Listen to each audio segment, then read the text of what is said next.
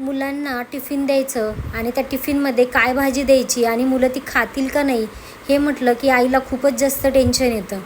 करावं तरी टेन्शन, नाही केली तरी टेन्शन. पण शाळेवाल्यांनी एक मोठं चांगलं काम केलं आहे असं मला तरी वाटते. ते म्हणजे काय, भाजीपाल्यांचा टाईमटेबल लावला आहे.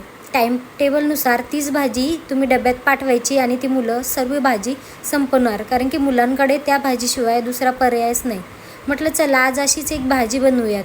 त्यासाठी काय केलं, लोखंडी तव्यात तेल टाकून तेल गरम झालं की त्यात बारीक चिरलेला लसूण, बारीक चिरलेली हिरवी मिरची तेलात परतून घेतली. मग त्यात स्वच्छ धुतलेली मेथीची भाजी टाकून घेतली. ती पण तेलात परतली की त्यात चवीनुसार मीठ, आवडीप्रमाणे भाजलेलं शेंगदाण्याचा कूट टाकून घेतला. तो पण मस्त परतून घेतला. मग थोडंसं तेल टाकून 1-2 मिनटं ते पण परतून घेतलं. मग तयार झाली ही आपली टिफिनला देता येईल अशी झटपट होणारी मेथीची